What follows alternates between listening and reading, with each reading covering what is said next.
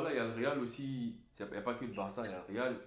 On a perdu Kamavinga, on a perdu Vinicius, on a perdu Chouameni, on a perdu Arda Güler qui a jamais commencé. Moi, en tant que Madrilène, je me dis, je suis pas défaitiste, mais je me dis, le Barça est.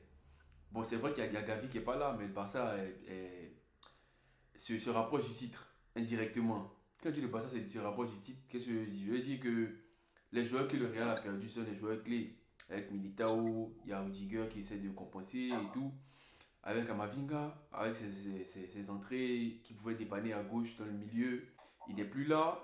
Et Vinicius, on sait, c'est notre tiers 7. Hein.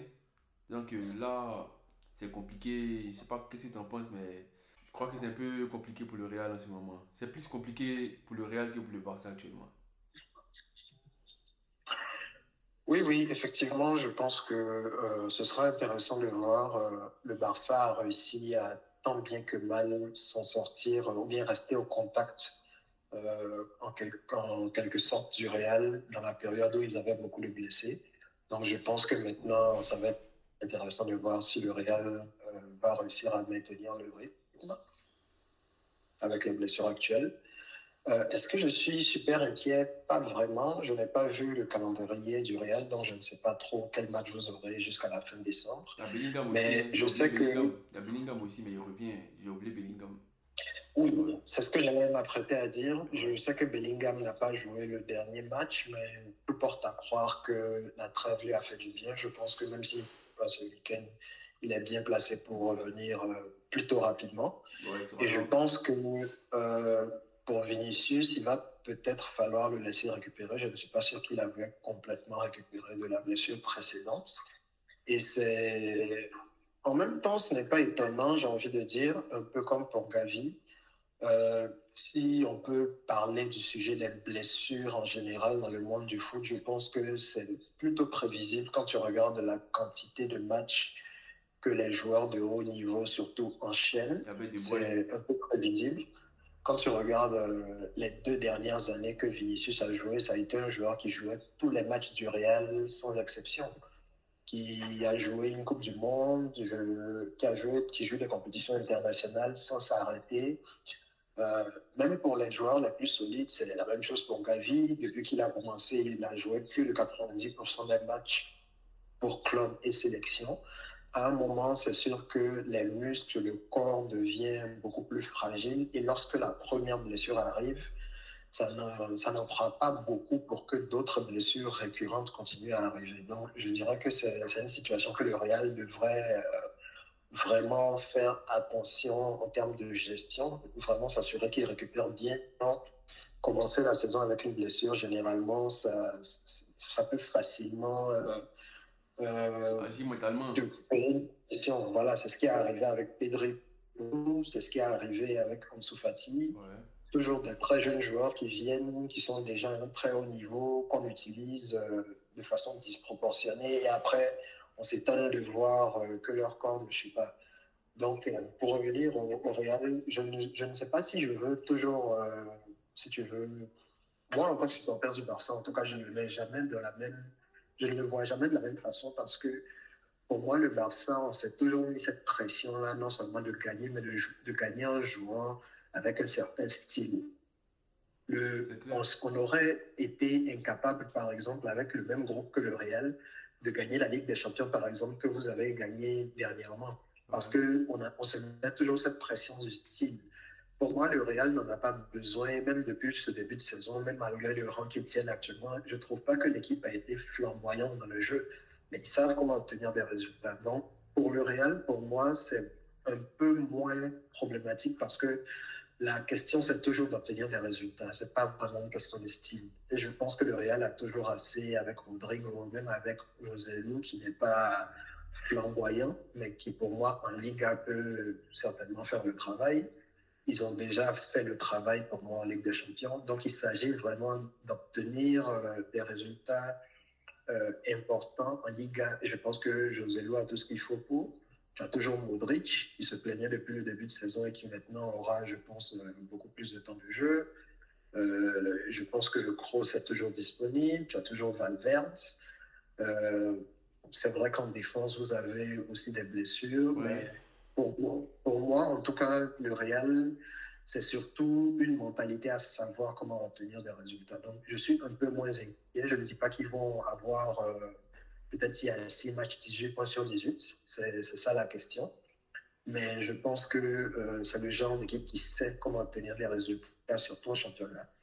ok. Donc, on verra bien ce que ça donnera, mais c'est sûr que ça va être une période assez intéressante qui peut faire basculer le championnat. Parce que cette année, je pense que Girona et l'Atlético Madrid À euh, négliger. ne sont pas en team expiatoire. Cette année, ils sont vraiment décidés à jouer le titre et on Ouais. les voit avec une routine, avec un sérieux en championnat. Donc, il ne va pas falloir lâcher beaucoup de points pour toutes les équipes qui veulent prétendre au titre en deuxième partie de saison.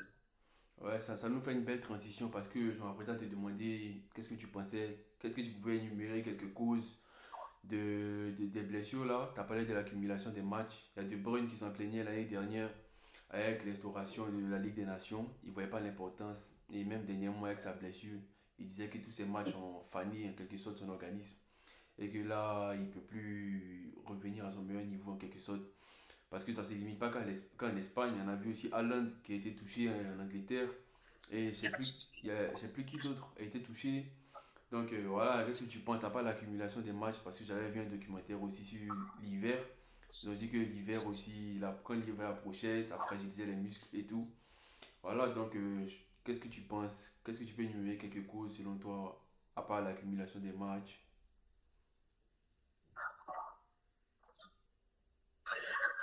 Oui, oui, oui, je pense que c'est un problème dont on a tous plus ou moins connaissance, ayant regardé le football de haut niveau depuis plusieurs années. Plusieurs années, ouais. Euh, je pense que la Ligue des Nations revient assez couramment comme la plainte majeure des joueurs. Pourquoi? Pour moi, parce que il y a toujours eu des trêves internationales, il y a toujours eu des compétitions internationales.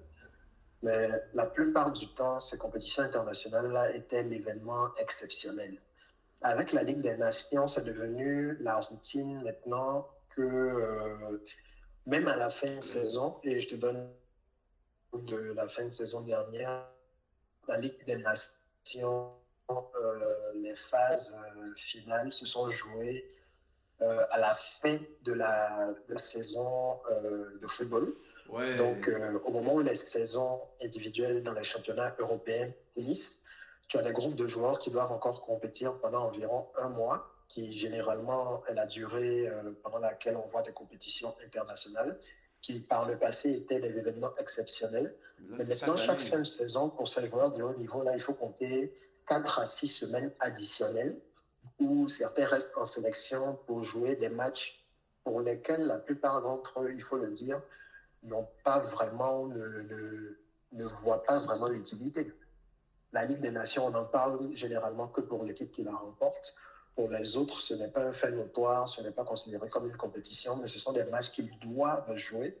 Et pour plusieurs, comme c'était le cas par exemple pour Gavi, pour moi, et ce n'est pas anodin, ce sont des joueurs qui ont eu un mois de récupération de moins cette saison et donc qui ont repris la compétition avec un mois de compétition de plus par rapport aux autres. Quand on considère déjà les saisons qui sont à environ une cinquantaine de matchs à club, ça fait un volume qui n'est juste pas raisonnable quand on parle d'un athlète de haut niveau. Il ne s'agit pas que d'avoir un corps sain et une préparation adéquate.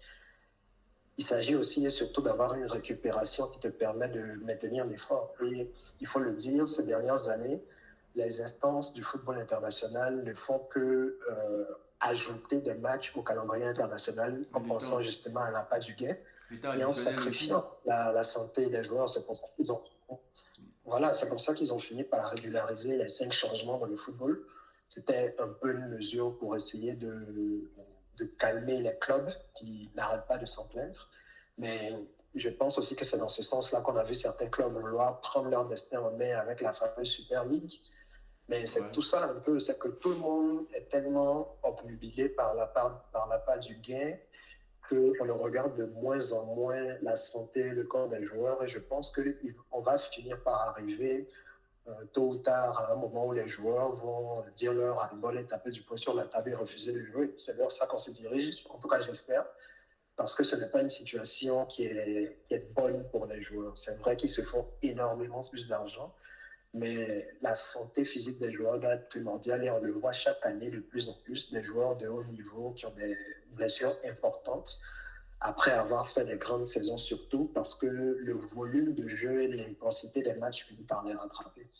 Il faut ajouter aussi le temps additionnel qui a évolué. On prend en compte tous les petits moments de pause sont rajoutés au temps additionnel dans des matchs qui vont à 105 minutes, c'est dingue. On se dirait qu'ils jouent des matchs avec des prolongations à chaque match. Donc c'est compliqué. Bon, d'accord, aussi ça, merci.